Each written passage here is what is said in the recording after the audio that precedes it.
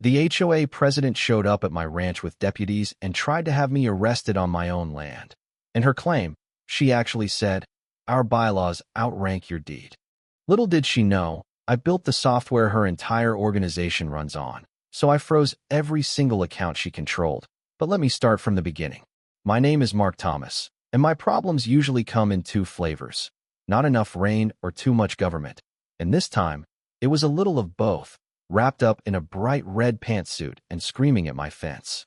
Her name was Karen Dane, president of the Lundy's Landing County Homeowners Association, a title she wore like a crown made of thorns she intended for everyone else. My ranch, a slice of peace my family had worked for 100 years, bordered her pristine little kingdom of copy-paste roofs and razor-trimmed lawns. And to her, my red barn wasn't historic. It was an eyesore. My cattle weren't a livelihood. They were just a smell. I knew the first sign of war had come with a piece of paper. A notice stuck to my gate informing me that the color of my barn, a classic, beautiful, unapologetic red, was in violation of Lundy's Landing Architectural Guideline 14B. I'd read it, laughed, and used it to light the burn pile, because my property wasn't in her HOA, never had been, and the Thomas Ranch predated Lundy's Landing by about 75 years. I figured that was the end of it, but being right isn't always the same as being left alone. And that's why a week later, I was staring at Karen Dane herself, flanked by two county sheriff's deputies. One was a kid, still memorizing radio codes, and the other was older, Deputy Cruz, a man with a tired face who looked like he'd seen enough nonsense to fill a silo. Karen was pointing a perfectly manicured finger at me, her voice sharp enough to cut wire. "That man right there, he is willfully defying a legal compliance order. I want him arrested." Samantha, my girlfriend and the sharpest person I know, was standing just behind my shoulder, her phone held steady, recording the whole ridiculous scene. The little red light was always on when Karen was around. "Smile for the camera, Karen," Sam said, her voice sweet as pie. "Try to look less like you're about to demand to see the manager of the entire county." I leaned against the fence post, crossing my arms, finding that the calmer you get, the more it drives a screamer nuts. "Ma'am," I said, my voice low and calm. "As I explained, my property is not, nor has it ever been, part of your association. This fence is the line. You're on your side. I'm on mine." Deputy Cruz sighed, the sound of a man whose coffee was wearing off far too early. "Ma'am, he's right. We checked the county plat maps. The Thomas Ranch is zoned agricultural and predates the Lundy's Landing development. We don't have jurisdiction here for a civil code violation." But Karen operated in a different reality. She whipped out a binder, flipping it open with a dramatic snap. According to the preliminary annexation filings from 2005, this entire parcel was designated for future residential integration. My bylaws give me the authority to enforce aesthetic cohesion in preparation for that integration. His barn is an affront. She then started rattling off a list of violations like she was paid by the word. My Ford F-250 was a commercial vehicle, and my chickens were forbidden livestock. "Gentlemen," I asked the deputies, "is there an actual crime I'm being accused of here, or are we just spitballing?" Deputy Cruz was weary but firm. "No, Mr. Thomas, there's no crime. This is a civil matter." Karen's face went from angry to furious. "This is unacceptable. If you won't do your job, I'll do it for you. I will use every tool at my disposal to see this ranch condemned." She spun on her heel, marching back to her golf cart. Deputy Cruz lingered for a second, tipping his hat. "Just be careful, Mark. That woman seems to think the law is whatever she decides it is this morning. Good idea filming everything, always." Karen's threat hung in the air, heavy and ugly. She wanted my home, my family's legacy, all for the sake of beige, and she wasn't just throwing paper. She was threatening to condemn my home. Sam and I reviewed the bylaws that night, confirming that the future integration clause she cited was based on a defunct 30-year-old proposal that the county had rejected. "So, she's not just wrong," I grunted. "She's historically wrong." The other shoe dropped 2 days later, and this was where the fight became criminal. I was checking on a new calf when I noticed the cattle were clustered together, restless, and the water troughs were nearly empty. The float valve was open, but only a trickle was coming through. I followed the pipe back to the main shut-off valve on my property and saw it. A heavy-duty industrial chain wrapped around the valve wheel, secured with a brand new padlock stamped LLHOA. My blood ran cold then hot. This wasn't a notice or a fine. This was a direct attack on the lifeblood of my ranch. My animals needed that water in this heat. I grabbed the biggest bolt cutters I owned and raced back. The steel jaws bit into the shackle, and it snapped with a satisfying crack. I cranked the valve, and the beautiful gushing sound of water rushing through the pipes filled the air. That night, I knew she'd be back. So, I made a pot of coffee and told Sam I was going to sit out by the valve. She's not just crazy, she's escalating, Sam warned, handing me her phone. If you see anything, start recording before you do anything else. It was after 2 a.m. when I saw a flashlight beam near the fence line. Two figures moved quietly.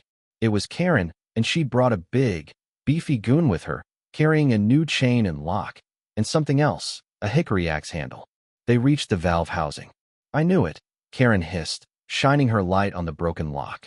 He thinks he's above the law. This time, use the industrial epoxy on the threads. He won't cut through this one. I stood up, flicked on my mag light, and bathed them in its powerful beam. Looking for something? I asked, my voice cold. Karen shrieked.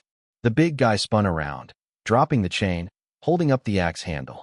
You're trespassing, I said, keeping the light fixed on them. You're shutting off water to my animals, and you know it. That's felony animal cruelty in this state, Karen. The big guy tensed, gripping the axe handle tighter.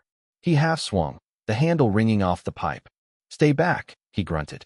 I kept the phone recording, the camera lens a dark, unblinking eye. You two have about 10 seconds to get off my property before I call Deputy Cruz and have him come down here to arrest you both for trespassing, vandalism, and conspiracy to commit animal cruelty. I thumbed the clip to Cruz. His reply pinged back. Got it.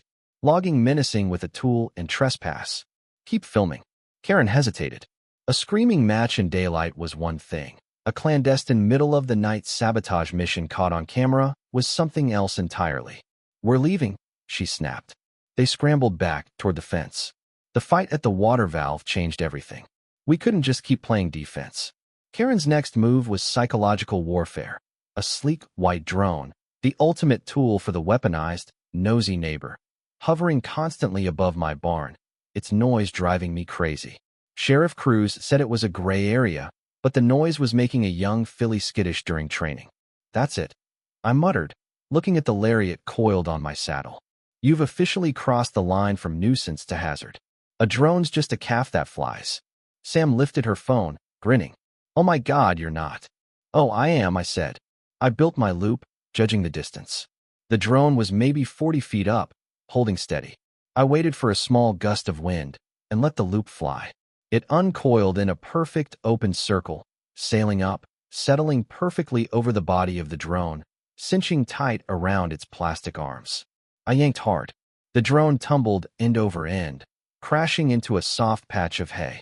The silence was the most beautiful sound I'd heard all week. As I was untangling my lariat, I noticed a tiny micro SD card had popped out of its slot. I think Karen just delivered her entire spy collection right to our doorstep, I said, a slow smile spreading across my face. We plugged the little memory card into Sam's laptop. It was like opening Karen's secret diary. There were hours of video, spying on everyone, zooming in on single brown leaves. But the last few files were different. Videos of Karen in her HOA office, talking to someone on the phone. Don't worry about the county maps, she was saying. The board has already approved the preliminary rezoning based on the revised annexation survey. Once we declare the property a blight, the foreclosure process is automatic. Sam and I looked at each other, stunned. She wasn't just using a defunct proposal. She was creating new fraudulent documents. This was fraud. This was conspiracy. We needed a distraction. We launched a campaign of minor annoyance. Under cover of darkness, we reversed every single HOA sign along the fence line, proudly declaring the manicured lawns of Lundy's Landing to be the private property of the Thomas Ranch. I rattled a feed bucket and lined up the orange traffic cones she'd placed, letting my cows stare through the fence at a perfect cone circle. Sam submitted a beautiful, high-resolution photo of my barn and the recipe for Mark Thomas's famous Red Barn chili to the HOA's monthly newsletter. Even my Uncle Danny, a retired prankster, drove down to help, causing the new, ridiculously ornate entrance fountain to develop mountains of foam overnight. While Karen was busy chasing bubbles and signs, we built the case. I called my friend Bob, a retired county surveyor. I handed him a clean screenshot of the forged map we recovered from the drone. Bob studied the paper for a long time. "Whoever made this was clever," he said. "They used the right fonts, the right seal. But they made one big stupid mistake. A rookie mistake." He pointed to a small surveyor's mark. "This map is dated 2005, but they've used the new GPS-based benchmark the county installed down by the highway in 2018. It's an impossible anachronism. It was a single, undeniable flaw. Cold, hard, geographical proof that Karen's entire claim to my land was based on a lie." Bob wrote up a sworn affidavit citing the incorrect benchmark as indisputable evidence. Armed with this bombshell, we went to the County Planning Commission. We laid it all out: the forged map, Bob's affidavit, the history of harassment. "This is compelling, Mr. Thomas," the chairman said. "However, the Lundy's Landing HOA has already submitted this map as part of a pending legal action. It's an official exhibit. Our hands are tied until the courts rule on the matter." The wheels of justice turned slowly. That was the problem. Karen didn't need to win. She just needed to drag it out. We had a smoking gun, and they told us to file a form and wait in line. Sam sat next to me that night. "So, we don't use their line," she said, her voice firm. "We find another way. You've been holding an ace up your sleeve this whole time, Mark." I knew what she meant. Before I came back to take over the ranch, I had been a software architect. I designed and built complex financial systems. And one of my biggest projects was the payment and compliance platform used by the LLHOA. Buried deep in the system was a feature I called the auditor's key, a kill switch. It allowed an administrator to trigger a mandatory top-to-bottom forensic audit and, crucially, automatically freeze all non-essential outgoing payments. No landscaping, no pool service, no legal retainers. "I don't know, Sam." I hesitated. "That could hurt a lot of innocent people." "The homeowners are already getting hurt," she shot back. "They're paying for her legal crusade against you. You built that switch for a reason, Mark." We tried presenting the proof. "Now, let's see what happens when we take away her power." She was right. I looked at Sam, her eyes lit with a fire that matched my own. It was time to pull the plug. I spent a day hunched over my old laptop, accessing the state-level administrative portal. I had to feed the system the evidence and let the algorithms connect the dots. I uploaded the drone footage, the forged survey comparison, and the massive, unbudgeted spike in legal expenditures. A big warning box popped up on the screen: financial and governance irregularities detected. Initiate mandatory compliance audit. I clicked yes. Account frozen. Pending state audit. The digital guillotine had fallen. Karen Dane was still the president of the HOA, but she was now the president of nothing. Her financial power was completely severed. The fallout was swift. The landscaping crew never showed up. The pool closed. By that evening, the HOA board sent a panicked message to residents talking about a banking error. The next day was trash day, and the private sanitation company refused to pick up the garbage. Bags of trash started piling up on the pristine curbs. The residents, who had ignored Karen's war against me, were suddenly paying attention. Their fees were being paid, but the services had stopped. It was the most mundane and most effective form of revolution. Sam started circulating the recall petition digitally. Within 48 hours, they had signatures from over half the community. The night of the recall meeting, the clubhouse was packed. Karen and her two cronies sat at a table, looking grim. The vote was a landslide, but as the last ballot was being placed, her beefy goon suddenly grabbed the ballot box. "This election is invalid," Karen screamed. The goon started pushing through the crowd. But he didn't count on Mrs. Gable, a sweet-looking woman in her 70s who was a retired roller derby champion. She stuck out her leg, and the goon went down hard. Ballots scattered across the floor.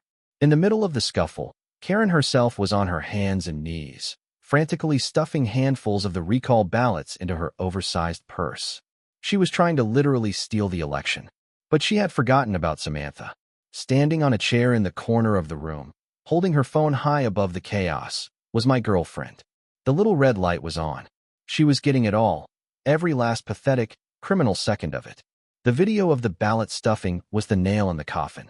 We knew we had to choose our moment. That moment came in the form of an invitation to the state HOA summit. Thanks to a legacy comp pass from my old contract, I was in.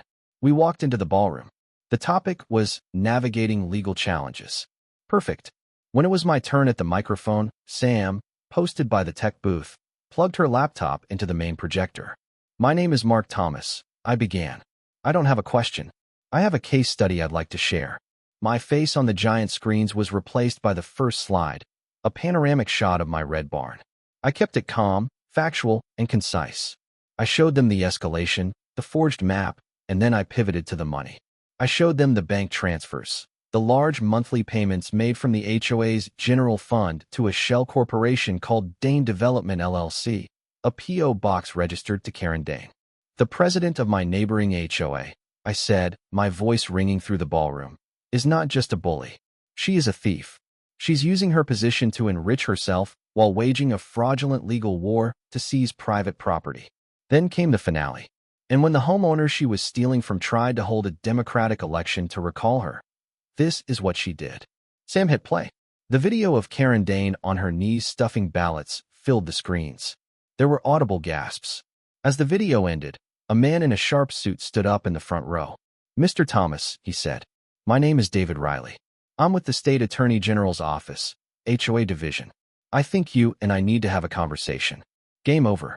We'd leapt past the slow county roll straight to the state. The call came 2 days later. It was Deputy Cruz. Mark, we've got a warrant for Karen Dane's arrest. Charges are fraud, embezzlement, and election tampering, plus the prior counts for nighttime trespass and menacing with a tool. Just stay on your property and let us handle it. I hung up. Sam grabbed her phone. We walked out to the porch and waited. We didn't have to wait long. Instead of seeing police cars pull up to her house, we saw Karen. She had stormed out, gotten into her golf cart, and was driving it at full speed, not down the road, but across the manicured lawns, making a beeline directly for my fence. She was a torpedo of pure rage. She slammed the golf cart to a stop just feet from the fence. The smug president was gone. In her hand, she was gripping the hickory axe handle.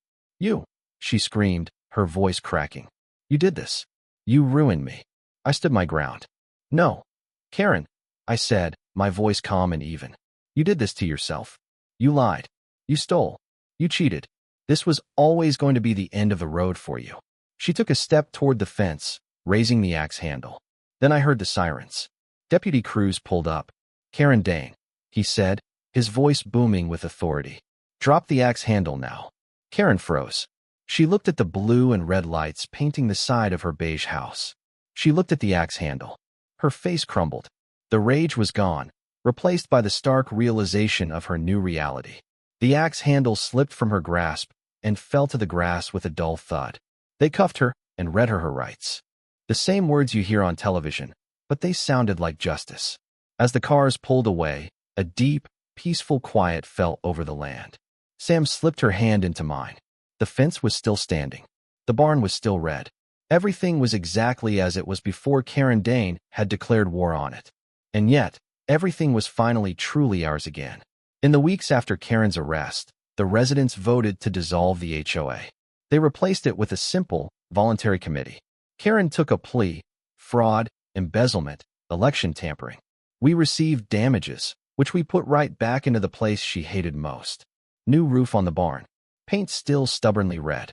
The judge tossed her lawsuit and declared the revised annexation map a criminal forgery. But the calls kept coming. Emails from families buried in fines. Veterans hassled over flags. So Samantha and I took the last of the settlement and built the Fair Fence Foundation. Simple mission: give regular folks the tools to fight back. We posted clean templates for records requests, step-by-step recall guides, and fraud checklists. We showed people how to turn on the lights in rooms bullies prefer to keep dark. Life on the ranch settled back into the sound of honest work. The mailbox holds letters, not threats. So, that's the story.